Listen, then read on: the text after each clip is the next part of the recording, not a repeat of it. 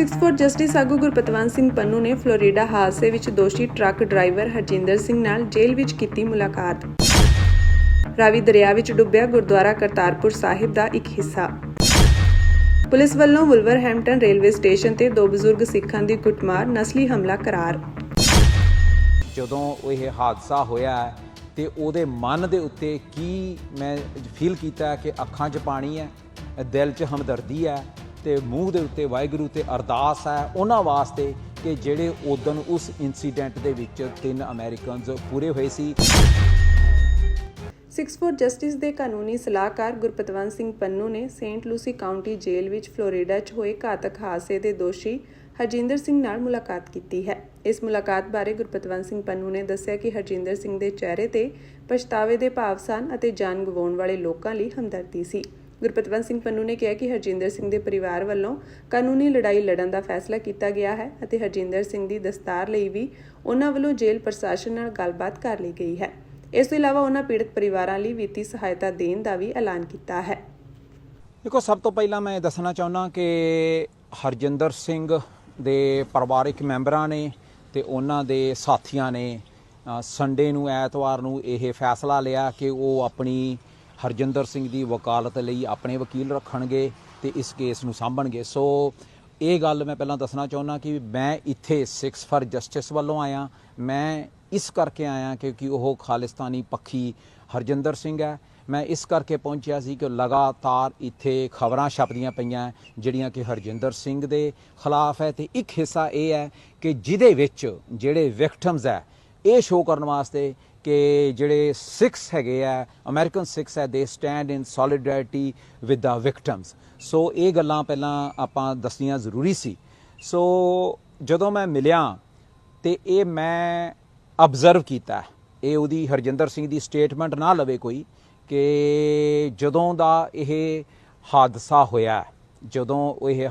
ਹੋਇਆ ਤੇ ਉਹਦੇ ਮਨ ਦੇ ਉੱਤੇ ਕੀ ਮੈਂ ਫੀਲ ਕੀਤਾ ਕਿ ਅੱਖਾਂ 'ਚ ਪਾਣੀ ਹੈ, ਦਿਲ 'ਚ ਹਮਦਰਦੀ ਹੈ ਤੇ ਮੂੰਹ ਦੇ ਉੱਤੇ ਵਾਹਿਗੁਰੂ ਤੇ ਅਰਦਾਸ ਹੈ ਉਹਨਾਂ ਵਾਸਤੇ ਕਿ ਜਿਹੜੇ ਉਦੋਂ ਉਸ ਇਨਸੀਡੈਂਟ ਦੇ ਵਿੱਚ 3 ਅਮਰੀਕਨਜ਼ ਪੂਰੇ ਹੋਏ ਸੀ। ਇਹ ਮੈਂ ਆਪਣੀ ਅੱਖੀਂ ਦੇਖਿਆ ਕਿ ਕਿਵੇਂ ਉਹਨੂੰ ਲੱਗਦਾ ਕਿ ਇਹ ਜਿਹੜੇ ਉਦੋਂ ਜਿਹੜੇ ਪੂਰੇ ਹੋਏ ਆ 3 ਅਮਰੀਕਨਜ਼, ਕਿਵੇਂ ਉਹਦੇ ਲਈ ਹਮਦਰਦੀ ਹਰਜਿੰਦਰ ਦੇ ਬੁੱਲਾਂ ਦੇ ਉੱਤੇ, ਅੱਖਾਂ ਦੇ ਵਿੱਚ ਤੇ ਦਿਲ ਵਿੱਚ ਅਰਦਾਸ ਹੈ। ਸੋ ਹਰਜਿੰਦਰ ਸਿੰਘ ਦੇ ਨਾਲ ਹੋਰ ਵੀ ਕੋਈ ਗੱਲਬਾਤ ਹੋਈਆਂ ਕਿਸ ਕੇਸ ਨੂੰ ਲੈ ਕੇ ਜਾਂ ਕੋਈ ਉਹਨੇ ਤੁਹਾਨੂੰ ਕੋਈ ਤੱਥ ਜਿਹੜੇ ਦੱਸੇ ਹੋਣ? ਦੇਖੋ, ਕਿਉਂਕਿ ਮੈਂ ਉਹਦਾ ਵਕੀਲ ਨਹੀਂ ਗਾ ਤੇ ਅਸੀਂ ਹੁਣੇ ਇੱਥੇ ਇੱਕ ਪ੍ਰੈਸ ਕਾਨਫਰੰਸ ਕੀਤੀ ਹੈ ਜਿਹਦੇ ਵਿੱਚ ਮੈਂ ਇਹ ਦੱਸੀਆਂ ਗੱਲਾਂ ਕਿ ਜੋ ਮੈਂ ਅਬਜ਼ਰਵ ਕੀਤਾ ਵੀ ਉਹ ਕੀ ਸੀਗਾ ਤੇ ਕਿਸ ਤਰੀਕੇ ਦੇ ਨਾਲ, ਕਿਉਂਕਿ ਇਹ ਕੇਸ ਉਹਦੇ ਸਾਥੀਆਂ ਨੇ ਤੇ ਉੱਥੇ ਕੈਲੀਫੋਰਨੀਆ ਦੇ ਜਿਹੜੇ ਉਹਦੇ ਦੋਸਤ ਹੈ ਜਿਹੜਾ ਸੱਜਣ ਹੈ ਉਹਨਾਂ ਨੇ ਲੜਨਾ ਹੈ ਕਿ ਇਹਦੇ ਲਈ ਬਹੁਤ ਹੀ ਜ਼ਰੂਰੀ ਹੈ ਕਿ ਸਭ ਤੋਂ ਪਹਿਲਾਂ ਪੂਰੀ ਜਿਹੜੀ ਆਪਣੇ ਅਮਰੀਕਨ ਸਿੱਖਸ ਹੈ ਦੇ should stand in solidarity with the victims. ਕਿਵੇਂ 3 ਜਿਹੜੇ ਵਿਕਟਮਸ ਹੈ ਜਿਹੜੇ ਕਿ ਉਦਣ ਉਸ ਹਾਦਸੇ ਵਿੱਚ ਪੂਰੇ ਹੋਏ ਹੈ, ਕਿਵੇਂ ਉਹਨਾਂ ਦੇ ਨਾਲ ਪੂਰੇ ਸਿੱਖ ਪੰਥ ਨੂੰ ਪਹਿਲਾਂ ਖਲੋਣਾ ਪੈਣਾ ਕਿਉਂਕਿ ਉਹੀ ਜਿਹੜਾ ਉਹਨਾਂ ਦੇ ਨਾਲ ਖਲੋਣਾ ਤੇ ਕਿਵੇਂ ਉਹਨਾਂ 3 ਜ਼ਿੰਦਗੀ ਜਿਹੜੀਆਂ ਹੈਗੀਆਂ ਉਹਨਾਂ ਦੇ ਪਰਿਵਾਰਾਂ ਦੇ ਮੈਂਬਰਾਂ ਦੀ ਜ਼ਿੰਦਗੀ ਪੂਰੀ ਹੋਈ ਹੈ ਤੇ ਕਿਵੇਂ ਅੱਜ ਹਰਜਿੰਦਰ ਨੂੰ ਇੱਕ ਰਾਜਨੀਤਿਕ ਤੌਰ ਦੇ ਉੱਤੇ ਇੱਕ ਸਟੇਟ ਵਰਸਸ ਦੂਸਰੀ ਸਟੇਟ ਦਾ ਜਿਹੜਾ ਮੁੱਦਾ ਬਣਾਇਆ ਜਾ ਰਿਹਾ, ਉਹਦੇ ਲਈ ਇੱਕ ਬੈਸਟ ਲੀਗਲ ਡਿਫੈਂਸ ਟੀਮ ਜਿਹੜੇ ਉਹਦੇ ਸੱਜਣ ਮਿੱਤਰ ਹੈ ਜਿਨ੍ਹਾਂ ਨੇ ਜ਼ਿੰਮੇਵਾਰੀ ਲਈ ਹੈ ਉਹ ਬਹੁਤ ਜ਼ਰੂਰੀ ਹੈ।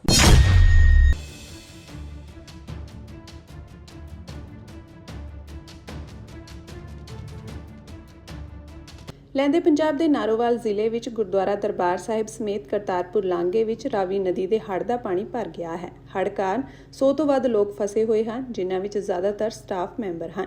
Kartarpur corridor project management unit ਦੇ ਮੁਖੀ ਸੈਫੁੱਲਾ ਖੋਖਰ ਨੇ ਦੱਸਿਆ ਕਿ ਗੁਰਦੁਆਰਾ ਦਰਬਾਰ ਸਾਹਿਬ ਸਮੇਤ ਪੂਰਾ ਕਰਤਾਰਪੁਰ ਲਾਂਘਾ ਕੰਪਲੈਕਸ ਹੜ੍ਹ ਦੇ ਪਾਣੀ ਨਾਲ ਡੁੱਬ ਗਿਆ ਹੈ। ਉਹਨਾਂ ਦੱਸਿਆ ਕਿ ਫਸੇ ਲੋਕਾਂ ਜਿਨ੍ਹਾਂ ਵਿੱਚ ਜ਼ਿਆਦਾਤਰ ਕਰਤਾਰਪੁਰ ਪ੍ਰੋਜੈਕਟ ਮੈਨੇਜਮੈਂਟ ਯੂਨਿਟ ਦੇ ਸਟਾਫ ਮੈਂਬਰ ਹਨ ਉਹਨਾਂ ਨੂੰ ਕਿਸ਼ਤੀਆਂ ਅਤੇ ਹੈਲੀਕਾਪਟਰ ਰਾਹੀਂ ਬਚਾਇਆ ਜਾ ਰਿਹਾ ਹੈ। ਸੋਸ਼ਲ ਮੀਡੀਆ ਉੱਤੇ ਵਾਇਰਲ ਹੋ ਰਹੀਆਂ ਤਸਵੀਰਾਂ ਅਤੇ ਵੀਡੀਓ ਜ਼ਰੀਏ ਗੁਰਦੁਆਰਾ ਸਾਹਿਬ ਨੂੰ ਹੜ੍ਹ ਦੇ ਪਾਣੀ ਨਾਲ ਘਿਰਿਆ ਹੋਇਆ ਵਿਖਾਇਆ ਗਿਆ। ਪਾਕਿਸਤਾਨ ਸਰਕਾਰ ਨੇ ਨਵੰਬਰ 2019 ਵਿੱਚ ਕਰਤਾਰਪੁਰ ਲਾਂਘਾ ਖੋਲ੍ਹਿਆ ਸੀ ਜੋ ਪਾਕਿਸਤਾਨ ਭਾਰਤ ਸਰਹੱਦ ਤੋਂ ਲਗਭਗ 4.1 ਕਿਲੋਮੀਟਰ ਦੂਰ ਹੈ। ਇਹ ਲਾਂਘਾ ਪਾਕਿਸਤਾਨ ਦੇ ਗੁਰਦੁਆਰਾ ਦਰਬਾਰ ਸਾਹਿਬ, ਜਿੱਥੇ ਸਿੱਖ ਧਰਮ ਦੇ ਬਾਨੀ ਸ੍ਰੀ ਗੁਰੂ ਨਾਨਕ ਦੇਵ ਜੀ 16ਵੀਂ ਸਦੀ ਦੀ ਸ਼ੁਰੂਆਤ ਵਿੱਚ ਰਹਿੰਦੇ ਸਨ ਅਤੇ ਜੋਤੀ ਜੋਤ ਸਮਾਏ ਸਨ, ਉਹਨਾਂ ਨੂੰ ਪੰਜਾਬ ਦੇ ਗੁਰਦਾਸਪੁਰ ਜ਼ਿਲ੍ਹੇ ਦੇ ਡੇਰਾ ਬਾਬਾ ਨਾਨਕ ਨਾਲ ਜੋੜਦਾ ਹੈ। 4 ਕਿਲੋਮੀਟਰ ਲੰਬਾ ਇਹ ਲਾਂਘਾ ਸਿੱਖ ਸ਼ਰਧਾਲੂਆਂ ਨੂੰ ਗੁਰਦੁਆਰਾ ਦਰਬਾਰ ਸਾਹਿਬ ਦੇ ਦਰਸ਼ਨਾਂ ਲਈ ਵੀਜ਼ਾ ਮੁਕਤ ਪਹੁੰਚ ਪ੍ਰਦਾਨ ਕਰਦਾ ਹੈ। ਨਾਰੋਵਾਲ ਦੇ ਡਿਪਟੀ ਕਮਿਸ਼ਨਰ ਹਸਨ ਰਜ਼ਾ ਨੇ ਦੱਸਿਆ ਕਿ ਭਾਰਤ ਵੱਲੋਂ ਰਾਵੀ ਦਰਿਆ ਵਿੱਚ ਪਾਣੀ ਛੱਡੇ ਜਾਣ ਤੋਂ ਬਾਅਦ ਹੜ੍ਹ ਪ੍ਰਭਾਵਿਤ ਇਲਾਕਿਆਂ ਵਿੱਚੋਂ ਸੈਂਕੜੇ ਵਸਨੀਕਾਂ ਨੂੰ ਸੁਰੱਖਿਅਤ ਥਾਵਾਂ ਉੱਤੇ ਪਹੁੰਚਾਇਆ ਗਿਆ। ਉਹਨਾਂ ਕਿਹਾ ਕਿ ਰਾਵੀ ਨਦੀ, ਜੋ ਕਿ 1,50,000 ਕਿਊਸਿਕ ਪਾਣੀ ਰੱਖ ਸਕਦੀ ਹੈ, ਸ਼ੱਕਰਗੜ੍ਹ ਤਹਿਸੀਲ ਦੇ ਕੋਟ ਨੈਣ ਵਿਖੇ 1,55,000 ਕਿਊਸਿਕ ਉੱਤੇ ਵਹਿ ਰਹੀ ਹੈ। ਦੱਸ ਦਈਏ ਕਿ ਐਤਵਾਰ ਨੂੰ ਭਾਰਤ ਨੇ ਕੂਟਨੀਤਿਕ ਚੈਨਲਾਂ ਰਾਹੀਂ ਪਾਕਿਸਤਾਨ ਨੂੰ ਹੜ੍ਹ ਦੀ ਚੇਤਾਵਨੀ ਦਿੱਤੀ ਸੀ। These white men have just done this to these two men. What are you doing? ਇਸ ਮਹੀਨੇ ਦੀ ਸ਼ੁਰੂਆਤ ਵਿੱਚ ਵੁਲਵਰਹੈਂਪਟਨ ਰੇਲਵੇ ਸਟੇਸ਼ਨ ਨੇੜੇ ਸਤਨਾਮ ਸਿੰਘ ਅਤੇ ਜਸਬੀਰ ਸਿੰਘ ਨਾਮ ਦੇ ਦੋ ਸਿੱਖ ਟੈਕਸੀ ਡਰਾਈਵਰਾਂ ਤੇ ਕਥਿਤ ਤੌਰ ਤੇ ਕੁਝ ਵਿਅਕਤੀਆਂ ਦੇ ਗੁੱਟ ਵੱਲੋਂ ਹਿੰਸਕ ਹਮਲਾ ਕੀਤਾ ਗਿਆ ਸੀ। ਪੀੜਤਾਂ ਅਨੁਸਾਰ ਹਮਲਾਵਰਾਂ ਨੇ ਨਸਲੀ ਭਾਸ਼ਾ ਦੀ ਵਰਤੋਂ ਕੀਤੀ ਅਤੇ ਹਮਲਾ ਕਰਨ ਤੋਂ ਪਹਿਲਾਂ ਭੜਕਾਊ ਗੱਲਾਂ ਕੀਤੀਆਂ। ਪੁਲਿਸ ਇਸ ਮਾਮਲੇ ਨੂੰ ਨਸਲੀ ਭੇਦਭਾਵ ਨਾਲ ਪ੍ਰੇਰਿਤ ਹਮਲੇ ਵਜੋਂ ਮੰਨ ਰਹੀ ਹੈ। ਬ੍ਰਿਟਿਸ਼ ਟਰਾਂਸਪੋਰਟ ਪੁਲਿਸ ਨੇ ਪੁਸ਼ਟੀ ਕੀਤੀ ਹੈ ਕਿ ਇਸ ਹਮਲੇ ਦੇ ਸਬੰਧ ਵਿੱਚ 3 ਨੌਜਵਾਨਾਂ ਨੂੰ ਗ੍ਰਿਫਤਾਰ ਕੀਤਾ ਗਿਆ ਹੈ, ਜਿਨ੍ਹਾਂ ਦੀ ਉਮਰ ਕ੍ਰਮਵਾਰ 17, 19 ਅਤੇ 25 ਸਾਲ ਹੈ।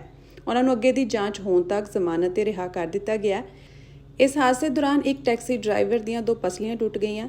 ਇਸ ਘਟਨਾ ਦੌਰਾਨ ਉਹਨਾਂ ਨੂੰ ਲੱਤਾਂ ਅਤੇ ਮੁੱਕੇ ਮਾਰੇ ਗਏ। ਜ਼ਬਰਦਸਤੀ ਪੱਗ ਵੀ ਉਤਾਰ ਦਿੱਤੀ ਗਈ। ਉਹਨਾਂ ਕਿਹਾ ਕਿ ਉਹਨਾਂ ਦੇ ਮਨ ਨੂੰ ਗਹਿਰਾ ਸਦਮਾ ਲੱਗਿਆ। ਉਸ ਪਲ ਬਾਰੇ ਭਾਵੁਕ ਹੋ ਕੇ ਉਹਨਾਂ ਦੱਸਿਆ ਕਿ ਜਦੋਂ ਮੈਂ ਦੇਖਿਆ ਕਿ ਮੇਰੀ ਪੱਗ ਨਹੀਂ ਸੀ ਤਾਂ ਮੈਨੂੰ ਇੰਜ ਮਹਿਸੂਸ ਹੋਇਆ ਜਿਵੇਂ ਮੈਂ ਅੰਦਰੋਂ ਮਰ ਗਿਆ ਹੋਵਾਂ। ਦੱਸ ਦਈਏ ਕਿ ਸਿੱਖ ਧਰਮ ਵਿੱਚ ਪੱਗ ਇੱਕ ਪਵਿੱਤਰ ਪ੍ਰਤੀਕ ਹੈ ਜੋ ਰੂਹਾਨੀ ਪਛਾਣ ਅਤੇ ਸਨਮਾਨ ਨੂੰ ਦਰਸਾਉਂਦੀ ਹੈ। ਜਸਬੀਰ ਸਿੰਘ ਨੇ ਕਿਹਾ ਕਿ ਹਮਲੇ ਦੌਰਾਨ ਉਹਨਾਂ ਦੀ ਪੱਗ ਦਾ ਉਤਾਰਿਆ ਜਾਣਾ ਉਹਨਾਂ ਲਈ ਬਹੁਤ ਡੂੰਘੀ ਬੇਇੱਜ਼ਤੀ ਅਤੇ ਸਦਮੇ ਵਾਲਾ ਸੀ।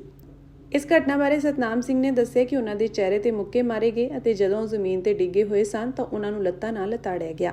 ਉਹਨਾਂ ਕਿਹਾ ਕਿ ਕੁਝ ਵੀ ਹੋ ਸਕਦਾ ਸੀ, ਮੈਂ ਮਾਰਿਆ ਵੀ ਜਾ ਸਕਦਾ ਸੀ। ਇਸ ਦੌਰਾਨ ਦੋਵਾਂ ਵਿਅਕਤੀਆਂ ਨੇ ਉਸ ਮੌਕੇ ਮੌਜੂਦ 2 ਔਰਤਾਂ ਦਾ ਵੀ ਧੰਨਵਾਦ ਕੀਤਾ, ਜਿਨ੍ਹਾਂ ਨੇ ਬਹਾਦਰੀ ਨਾਲ ਹਮਲੇ ਦੌਰਾਨ ਦਖਲ ਦਿੱਤਾ ਸੀ। ਉਹਨਾਂ ਕਿਹਾ ਕਿ ਇੱਕ ਨੌਜਵਾਨ ਸੀ, ਦੂਜੀ ਵੱਡੀ ਉਮਰ ਦੀ ਔਰਤ ਸੀ। ਉਹਨਾਂ ਨੇ ਸਾਡੀ ਬਹੁਤ ਮਦਦ ਕੀਤੀ। ਉਹਨਾਂ ਕਿਹਾ ਕਿ ਸਾਡੇ ਆਲੇ ਦੁਆਲੇ ਦੇ ਲੋਕ ਹਮਲਾਵਰਾਂ ਨੂੰ ਰੋਕਣ ਲਈ ਚੀਕ ਮਾਰ ਰਹੇ ਸਨ। ਮੈਂ ਸੱਚਮੁੱਚ ਉਹਨਾਂ ਦਾ ਦਖਲ ਦੇਣ ਲਈ ਧੰਨਵਾਦ ਕਰਨਾ ਚਾਹੁੰਦਾ ਹਾਂ। ਦੱਸ ਦਈਏ ਕਿ ਇਸ ਹਮਲੇ ਨੂੰ ਉੱਥੇ ਮੌਜੂਦ ਲੋਕਾਂ ਦੁਆਰਾ ਵੀਡੀਓ ਵਿੱਚ ਕੈਦ ਕਰ ਲਿਆ ਗਿਆ ਅਤੇ ਇਸ ਨੂੰ ਸੋਸ਼ਲ ਮੀਡੀਆ ਤੇ 1 ਮਿਲੀਅਨ ਤੋਂ ਵੱਧ ਵਾਰ ਦੇਖਿਆ ਗਿਆ ਹੈ, ਜਿਸ ਨਾਲ ਲੋਕਾਂ ਵਿੱਚ ਘਟਨਾ ਸੰਬੰਧੀ ਭਾਰੀ ਰੋਸ ਹੈ। ਇਸ ਘਟਨਾ ਤੋਂ ਬਾਅਦ ਘੱਟ ਗਿਣਤੀ ਭਾਈਚਾਰਿਆਂ ਲਈ ਵਧੇਰੇ ਸੁਰੱਖਿਆ ਦੀ ਮੰਗ ਕੀਤੀ ਜਾ ਰਹੀ ਹੈ।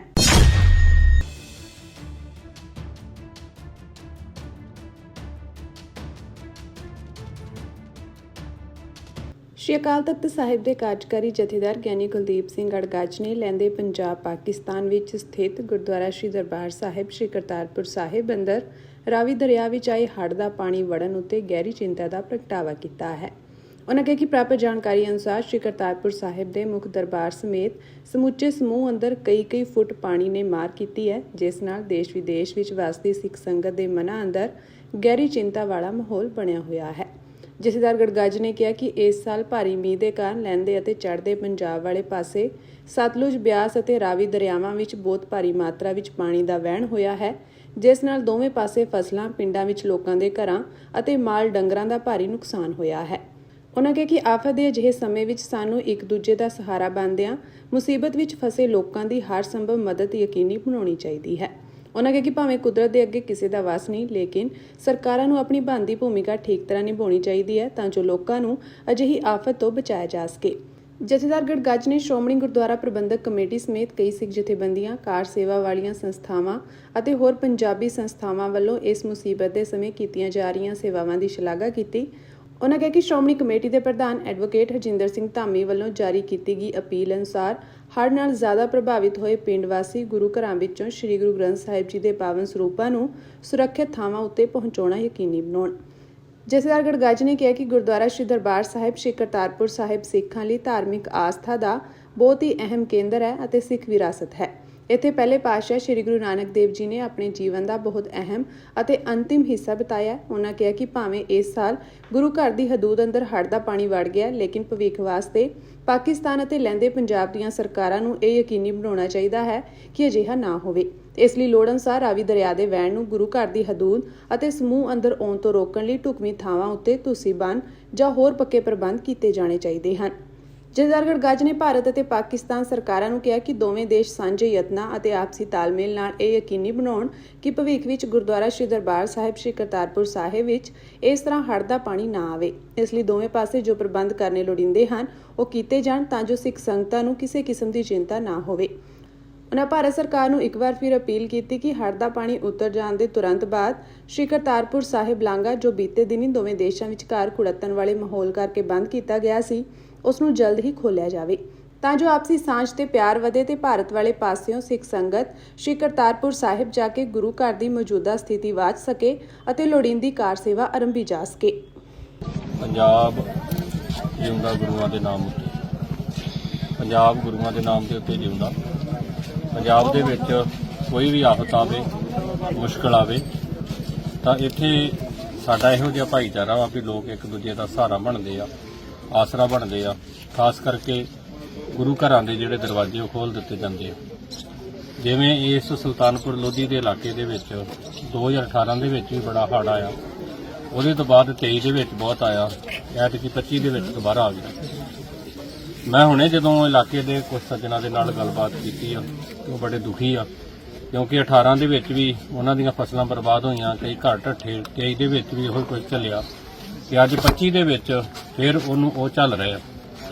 ਇਹਦੇ ਲਈ ਇਹ ਆ ਕਿ ਸਰਕਾਰ ਨੂੰ ਇਹਦਾ ਕੋਈ ਪੱਕਾ ਹੱਲ ਕੱਢਣਾ ਚਾਹੀਦਾ ਤਾਂ ਕਿ ਸਾਡੇ ਜਿਹੜੇ ਲੋਕ ਬੜੇ ਮਿਹਨਤਕਸ਼ ਲੋਕ ਆ, ਮਿਹਨਤ ਕਰਨ ਵਾਲੇ ਆ, ਉਹ ਆਪਣਾ ਗੁਜ਼ਾਰਾ ਕਰਦੇ ਆ। ਉਹਨਾਂ ਦੀਆਂ ਜ਼ਮੀਨਾਂ ਵੀ ਖਰਾਬ ਹੁੰਦੀਆਂ ਔਰ ਫਿਰ 2-2 ਸਾਲ ਲੱਗ ਜਾਂਦੇ ਜ਼ਮੀਨਾਂ ਪੱਧਰੀਆਂ ਕਰਨ ਤੇ, ਔਰ ਉਹਦੇ ਲਈ ਫਿਰ ਪੈਸਾ ਚਾਹੀਦਾ। ਇਹ ਤੋਂ ਇਲਾਵਾ ਘਰ ਢਹਿ ਜਾਂਦੇ ਆ। ਤਾਂ ਸਰਕਾਰ ਨੂੰ ਇਹਨਾਂ ਲੋਕਾਂ ਦੀ ਹਾਲਤ ਨੂੰ ਦੇਖਦੇ ਆ, ਇਹਦਾ ਕੋਈ ਪੱਕਾ ਹੱਲ ਕੱਢਣਾ ਚਾਹੀਦਾ। ਆਪਣੇ ਲੋਕ ਡੁੱਬਣ ਲਈ ਨਹੀਂ ਛੱਡਣੇ ਚਾਹੀਦੇ, ਕਿਉਂਕਿ ਇਹ ਕੋਈ ਇੱਕ ਵਾਰੀ ਨਹੀਂ, 18 ਚ ਆ ਰਿਹਾ ਵਾ, 23 ਚ ਆ ਰਿਹਾ, 25 ਦੇ ਵਿੱਚ ਤੀਜੀ ਵਾਰੀ ਆ ਗਿਆ। ਤਾਂ ਇਹਦਾ ਹੱਲ ਕੱਢਣਾ ਚਾਹੀਦਾ। ਦੂਜਾ, ਮੈਂ ਸਮੁੱਚੇ ਲੋਕਾਂ ਨੂੰ, ਖਾਸ ਕਰਕੇ ਸਿੱਖ ਕੌਮ ਨੂੰ ਅਪੀਲ ਕਰਦਾ ਕਿ ਜਿਵੇਂ ਮੈਂ ਹੁਣੇ ਇਹਨਾਂ ਦੇ ਸਰਪੰਚ ਸਾਹਿਬ ਨਾਲ ਗੱਲ ਕਰ ਰਿਹਾ ਸੀ ਔਰ ਇਹਨਾਂ ਨੇ ਦੱਸਿਆ ਵੀ ਜਦੋਂ ਪਾਣੀ ਉਤਰਨਾ ਤੇ ਉਦੋਂ ਤੋਂ ਬਾਅਦ ਇਹਨਾਂ ਦੀਆਂ ਬਹੁਤ ਸਾਰੀਆਂ ਲੋੜਾਂ, ਉਹਨਾਂ ਲੋੜਾਂ ਦੇ ਵਿੱਚ ਬੀਜ ਦੀ ਲੋੜ ਆ, ਖਾਦ ਦੀ ਲੋੜ ਆ ਜਾਂ ਹੋਰ ਜਿਹੜੇ ਆ, ਤਾਂ ਸਾਡੇ ਲੋਕਾਂ ਨੂੰ, ਸਾਡੀ ਕੌਮ ਨੂੰ ਜਾਂ ਜਿੰਨੇ ਵੀ ਮਨੁੱਖਤਾ ਨੂੰ ਪਿਆਰ ਕਰਨ ਵਾਲੇ ਲੋਕ ਆ, ਉਹ ਬਾਅਦ ਵਿੱਚ ਵੀ ਹੜ੍ਹਾਂ ਤੋਂ ਬਾਅਦ ਇਹਨਾਂ ਪਿੰਡਾਂ 'ਚ ਆਉਣ। ਮੈਂ ਵੀ ਆਉਂਗਾ, ਆਪਾਂ ਇਹਨਾਂ ਦੇ ਕੋਲ ਬਈਏ। ਅਸਲ ਦੇ ਵਿੱਚ ਇਹਨਾਂ ਨੂੰ ਬਾਅਦ 'ਚ ਕੀ ਲੋੜ ਆ, ਮਿਲ ਜੁਲ ਕੇ ਉਹਦਾ ਹੱਲ ਕਰਨਾ ਚਾਹੀਦਾ ਔਰ ਉਹ ਚੀਜ਼ਾਂ ਜਿਹੜੀਆਂ ਉਹ ਦੇਣੀਆਂ ਚਾਹੀਦੀਆਂ।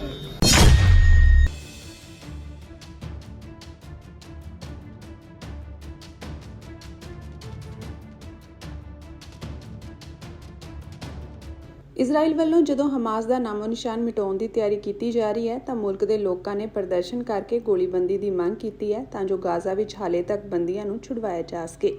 ਇਹ ਪ੍ਰਦਰਸ਼ਨ ਉਸ ਸਮੇਂ ਹੋਏ ਹਨ ਜਦੋਂ ਇੱਕ ਦਿਨ ਪਹਿਲਾਂ ਇਜ਼ਰਾਈਲ ਵੱਲੋਂ ਹਸਪਤਾਲ ਤੇ ਕੀਤੇ ਗਏ ਹਮਲੇ ਵਿੱਚ 5 ਪੱਤਰਕਾਰਾਂ ਸਮੇਤ 20 ਵਿਅਕਤੀ ਮਾਰੇ ਗਏ ਸਨ।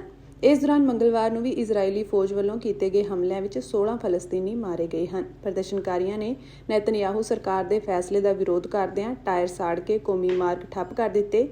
ਦੱਸਦੇ ਕਿ ਗਾਜ਼ਾ ਵਿੱਚ ਹਮਾਸ ਵੱਲੋਂ ਬੰਦੀ ਬਣਾਏ ਗਏ ਇਟੇ ਚੇਨ ਦੇ ਪਿਤਾ ਰੂਬੀ ਚੇਨ ਨੇ ਪ੍ਰਦਰਸ਼ਨ ਵਿੱਚ ਸ਼ਾਮਿਲ ਹੁੰਦਿਆਂ ਕਿਹਾ ਕਿ ਵਾਰਤਾ ਕਰਨ ਦੀ ਲੋੜ ਹੈ, ਗੱਲਬਾਤ ਨਾਲ ਹੀ ਗੋਲੀਬੰਦੀ ਹੋ ਸਕਦੀ ਹੈ ਅਤੇ ਬੰਦੀਆਂ ਨੂੰ ਛੁਡਵਾਇਆ ਜਾ ਸਕਦਾ ਹੈ। ਇਜ਼ਰਾਈਲ ਦੇ ਬੰਦੀ ਅਤੇ ਲਾਪਤਾ ਪਰਿਵਾਰਾਂ ਨਾਲ ਸੰਬੰਧਿਤ ਫੋਰਮ ਵੱਲੋਂ ਅੱਜ ਕੌਮੀ ਸੰਘਰਸ਼ ਦਿਵਸ ਮਨਾਇਆ ਗਿਆ, ਜਿਸ ਦੌਰਾਨ ਪ੍ਰਦਰਸ਼ਨਕਾਰੀਆਂ ਨੇ ਬੰਦੀਆਂ ਲਈ ਹੁਣੇ ਸਮਝੌਤਾ ਕੀਤਾ ਜਾਵੇ ਜਿਹੇ ਬੈਨਰ ਫੜੇ ਹੋਏ ਸਨ। ਬੰਦੀਆਂ ਦੇ ਰਿਸ਼ਤੇਦਾਰਾਂ ਨੇ ਕਿਹਾ ਕਿ ਨੇਤਨਯਾਹੂ ਅਤੇ ਉਸ ਦੀ ਸੁਰੱਖਿਆ ਕੈਬਨਿਟ ਤੇ ਪ੍ਰਦਰਸ਼ਨਾਂ ਰਾਹੀਂ ਗੋਲੀਬੰਦੀ ਦੀ ਵਾਰਤਾ ਲਈ ਦਬਾਅ ਪਾਇਆ ਜਾ ਸਕਦਾ ਹੈ। ਦੱਸਦੇ ਕਿ ਗਾਜ਼ਾ ਸਿਟੀ ਤੇ ਕਬਜ਼ੇ ਲਈ ਇਜ਼ਰਾਈਲ ਵੱਲੋਂ 1.30 ਲੱਖ ਫੌਜੀ ਤਾਇਨਾਤ ਕੀਤੇ ਜਾਣਗੇ। ਇਜ਼ਰਾਈਲ ਡਿਫੈਂਸ ਫੋਰਸ ਦੇ ਇੱਕ ਸੀਨੀਅਰ ਅਧਿਕਾਰੀ ਨੇ ਇਸ ਦਾ ਖੁਲਾਸਾ ਕੀਤਾ ਹੈ।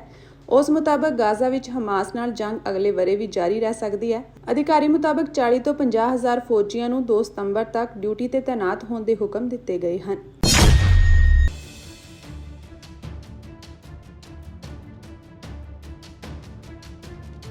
ਭਾਰਤ ਤੋਂ ਅਮਰੀਕਾ ਭੇਜੇ ਜਾਣ ਵਾਲੇ ਸਮਾਨ ਤੇ ਅੱਜ ਯਾਨੀ ਕਿ 27 ਅਗਸਤ ਤੋਂ 50% ਟੈਰਿਫ ਲਾਗੂ ਹੋ ਗਿਆ ਹੈ। ਗਲੋਬਲ ਟ੍ਰੇਡ ਰਿਸਰਚ ਇਨੀਸ਼ੀਏਟਿਵ ਦੀ ਰਿਪੋਰਟ ਦੇ ਅਨੁਸਾਰ ਇਹ ਨਵਾਂ ਟੈਰਿਫ ਭਾਰਤ ਦੇ ਲਗਭਗ 5.4 ਲੱਖ ਕਰੋੜ ਦੇ ਨਿਰਯਾਤ ਨੂੰ ਪ੍ਰਭਾਵਿਤ ਕਰ ਸਕਦਾ ਹੈ। 50% ਟੈਰਿਫ ਅਮਰੀਕਾ ਵਿੱਚ ਵਿਕਣ ਵਾਲੇ ਭਾਰਤੀ ਉਤਪਾਦਾਂ ਜਿਵੇਂ ਕਿ ਕੱਪੜੇ, ਰਤਨ, ਗਹਿਣੇ, ਫਰਨੀਚਰ, ਸਮੁੰਦਰੀ ਭੋਜਨ ਨੂੰ ਮਹਿੰਗਾ ਕਰ ਦੇਵੇਗਾ। ਚੀਨ, ਵੀਅਤਨਾਮ ਅਤੇ ਮੈਕਸੀਕੋ ਵਰਗੇ ਘੱਟ ਟੈਰਿਫ ਵਾਲੇ ਦੇਸ਼ ਇਨ੍ਹਾਂ ਸਮਾਨਾਂ ਨੂੰ ਸਸਤੇ ਭਾਅ ਤੇ ਵੇਚਣਗੇ। ਇਸ ਨਾਲ ਅਮਰੀਕੀ ਬਾਜ਼ਾਰ ਵਿੱਚ ਭਾਰਤੀ ਕੰਪਨੀਆਂ ਦਾ ਹਿੱਸਾ ਘਟ ਜਾਵੇਗਾ।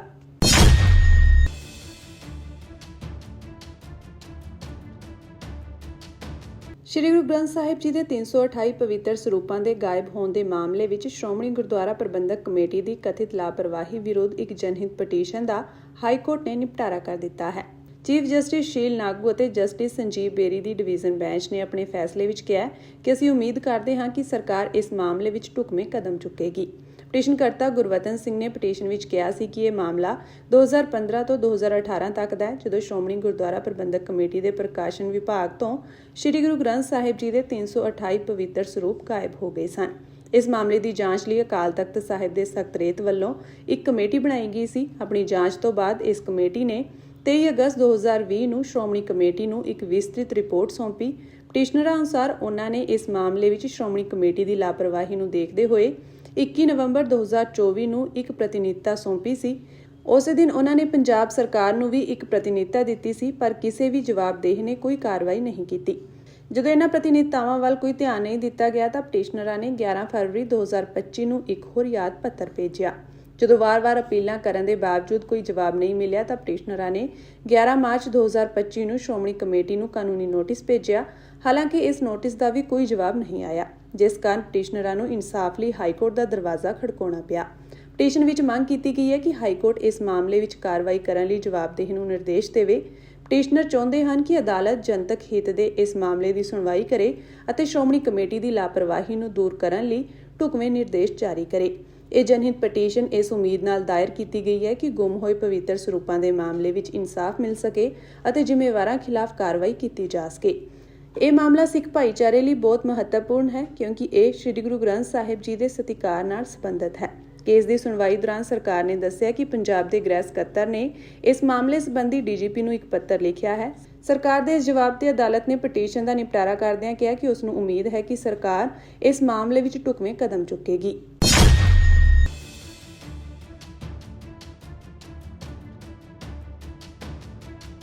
ਪੰਜਾਬ ਵਿੱਚ ਪਾਣੀ ਇੱਕ ਵਾਰ ਫਿਰ ਆਫਤ ਬਣ ਗਿਆ ਹੈ, ਜਿਸ ਵਿੱਚ ਮਾਧੋਪੁਰ ਹੈੱਡਵਰਕਸ ਤੇ ਲਗਾਏ ਗਏ ਫਲੱਡ ਗੇਟਾਂ ਵਿੱਚੋਂ ਇੱਕ ਟੁੱਟ ਗਿਆ ਹੈ। ਇਸ ਕਾਰਨ ਰਣਜੀਤ ਸਾਗਰ ਡੈਮ ਤੋਂ ਛੱਡਿਆ ਗਿਆ ਪਾਣੀ ਸਿੱਧਾ ਰਾਵੀ ਨਦੀ ਵਿੱਚ ਜਾ ਰਿਹਾ ਹੈ। ਇੰਨਾ ਹੀ ਨਹੀਂ, ਮਾਧੋਪੁਰ ਹੈੱਡਵਰਕਸ ਦੇ ਗੇਟ ਦੀ ਜਾਂਚ ਕਰ ਰਹੇ ਲਗਭਗ 50 ਕਰਮਚਾਰੀ ਜੰਮੂ ਦੇ ਲਖਨਪੁਰ ਵਾਲੇ ਪਾਸੇ ਫਸ ਗਏ ਹਨ, ਜਿਨ੍ਹਾਂ ਨੂੰ ਹੈਲੀਕਾਪਟਰ ਦੀ ਮਦਦ ਨਾਲ ਬਾਹਰ ਕੱਢਿਆ ਗਿਆ। ਦੱਸਿਆ ਜਾ ਰਿਹਾ ਹੈ ਕਿ ਇੱਕ ਕਰਮਚਾਰੀ ਅਜੇ ਵੀ ਲਾਪਤਾ ਹੈ, ਜਿਸ ਦੀ ਭਾਲ ਜਾਰੀ ਹੈ। ਇਸ ਸੰਬੰਧੀ deputy commissioner Pathankot Aditya opal ਨੇ ਕਿਹਾ ਕਿ ਮਾਧੋਪੁਰ ਹੈੱਡਵਰਕਸ ਦਾ ਇੱਕ ਗੇਟ ਟੁੱਟਣ ਕਾਰਨ ਪਾਣੀ ਸਿੱਧਾ ਰਾਵੀ ਨਦੀ ਵਿੱਚ ਜਾ ਰਿਹਾ ਹੈ। ਲਗਭਗ 50 ਲੋਕ ਪਾਣੀ ਵਿੱਚ ਫਸੇ ਹੋਏ ਹਨ, ਜਿਨ੍ਹਾਂ ਨੂੰ ਹੈਲੀਕਾਪਟਰ ਰਾਹੀਂ ਬਚਾਇਆ ਗਿਆ ਹੈ।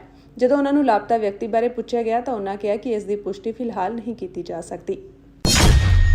ਲੁਧਿਆਣਾ ਦੇ ਪਿੰਡ ਦਾਦ ਦੀ ਕਲੋਨੀ ਪਾਲਮ ਵਿਹਾਰ ਤੇ ਗੁਰਦੁਆਰਾ ਸ਼੍ਰੀ ਗੁਰੂ ਸਿੰਘ ਸਭਾ ਵਿੱਚ 12 ਫਰਵਰੀ 2019 ਨੂੰ ਗੁਰੂ ਗ੍ਰੰਥ ਸਾਹਿਬ ਜੀ ਦੀ ਬੇਅਦਬੀ ਕਰਨ ਵਾਲੇ ਕਲੋਨੀ ਦੇ ਹੀ ਵਾਸੀ ਗੁਰਿੰਦਰ ਪੁੱਤਰ ਸੋਹਣ ਸਿੰਘ ਦੀ ਅਪੀਲ ਲੁਧਿਆਣਾ ਦੇ ਐਡੀਸ਼ਨਲ ਸੈਸ਼ਨ ਜੱਜ ਮੈਡਮ ਸ਼ਰੂ ਮਹਿਤਾ ਕੌਸ਼ਿਕ ਵੱਲੋਂ ਖਾਰਜ ਕਰ ਦਿੱਤੀ ਗਈ ਹੈ ਤੇ ਗੁਰਿੰਦਰ ਨੂੰ ਹਿਰਾਸਤ ਵਿੱਚ ਲੈ ਕੇ ਬਾਕੀ ਰਹਿੰਦੀ ਸਜ਼ਾ ਭੁਗਤਣ ਲਈ ਕੇਂਦਰੀ ਜੇਲ੍ਹ ਲੁਧਿਆਣਾ ਭੇਜ ਦਿੱਤਾ ਗਿਆ ਹੈ। ਇਸ ਸੰਬੰਧੀ ਲੁਧਿਆਣਾ ਦੇ ਥਾਣਾ ਸਦਰ ਵਿੱਚ ਮੁਕੱਦਮਾ ਨੰਬਰ 14/2019 ਅਧੀਨ ਧਾਰਾ 295A ਗੁਰਦੁਆਰਾ ਸਾਹਿਬ ਦੇ ਗ੍ਰੰਥੀ ਭਾਈ ਜਲ ਸਿੰਘ ਵੱਲੋਂ ਦਰਜ ਕਰਵਾਈ ਗਈ ਸੀ। ਕੇਸ ਦੀ ਮੁੱਦਈ ਪੱਖ ਤੋਂ ਪੈਰਵਾਈ ਕਰਨ ਵਾਲੇ ਵਕੀਲ ਜਸਪਾਲ ਸਿੰਘ ਮੰਜਪੁਰ ਨੇ ਮੀਡੀਆ ਨੂੰ ਦੱਸਿਆ ਕਿ ਗੁਰਿੰਦਰ, ਜੋ ਕਿ ਅੱਡਾ ਜੋਧਾ ਵਿੱਚ ਦੁਕਾਨ ਕਰਦੇ ਸਨ, ਉਹਨਾਂ ਨੂੰ ਬੇਅਦਬੀ ਤੋਂ ਬਾਅਦ ਸੀਸੀਟੀਵੀ ਕੈਮਰਿਆਂ ਦੀ ਮਦਦ ਨਾਲ ਗ੍ਰਿਫਤਾਰ ਕਰ ਲਿਆ ਗਿਆ ਸੀ ਤੇ ਰਾਜਵਿੰਦਰ ਕੌਰ ਜੁਡੀਸ਼ੀਅਲ ਮੈਜਿਸਟ੍ਰੇਟ ਅਵਲ ਦਰਜਾ ਲੁਧਿਆਣਾ ਨੇ 6 ਫਰਵਰੀ 2024 ਨੂੰ ਧਾਰਾ 295A ਵਿੱਚ 3 ਮਹੀਨੇ ਕੈਦ ਤੇ 3000 ਜੁਰਮਾਨੇ ਦੀ ਸਜ਼ਾ ਸੁਣਾਈ ਸੀ, ਜਿਸ ਦੀ ਜ਼ਮਾਨਤ ਮਿਲਣ ਤੋਂ ਬਾਅਦ ਗੁਰਿੰਦਰ ਨੇ ਸੈਸ਼ਨ ਅਦਾਲਤ ਵਿੱਚ ਅਪੀਲ ਦਾਇਰ ਕੀਤੀ ਸੀ, ਜਿਸ ਦੀ ਸੁਣਵਾਈ ਕਰਦਿਆਂ ਅਦਾਲਤ ਨੇ ਗੁਰਿੰਦਰ ਦੀ ਅਪੀਲ ਖਾਰਜ ਕਰਦਿਆਂ 3 ਮਹੀਨੇ ਦੀ ਸਜ਼ਾ ਬਰਕਰਾਰ ਰੱਖੀ ਹੈ। ਐਡਵੋਕੇਟ ਮੰਜਪੁਰ ਨੇ ਦੱਸਿਆ ਕਿ ਗੁਰਿੰਦਰ ਇੱਕ ਨਾਸਤਿਕ ਬੰਦਾ ਸੀ, ਜਿਸ ਨੇ ਮੰਦ ਭਾਵਨਾ ਤਹਿਤ ਇਹ ਕੁਕਰਮ ਕੀਤਾ ਸੀ ਤੇ ਆਪਣੇ ਕੁਕਰਮ ਤੋਂ ਮੁਕਰਨ ਲਈ ਉਸਨੇ ਮਾਨਸਿਕ ਪਰੇਸ਼ਾਨ ਹੋਣ ਦਾ ਬਹਾਨਾ ਲਗਾਇਆ ਸੀ, ਪਰ ਅਦਾਲਤ ਨੇ ਉਸ ਦੇ ਇਸ ਬਹਾਨੇ ਨੂੰ ਦਰਕਿਨਾਰ ਕਰਕੇ ਸਜ਼ਾ ਸੁਣਾਈ ਹੈ।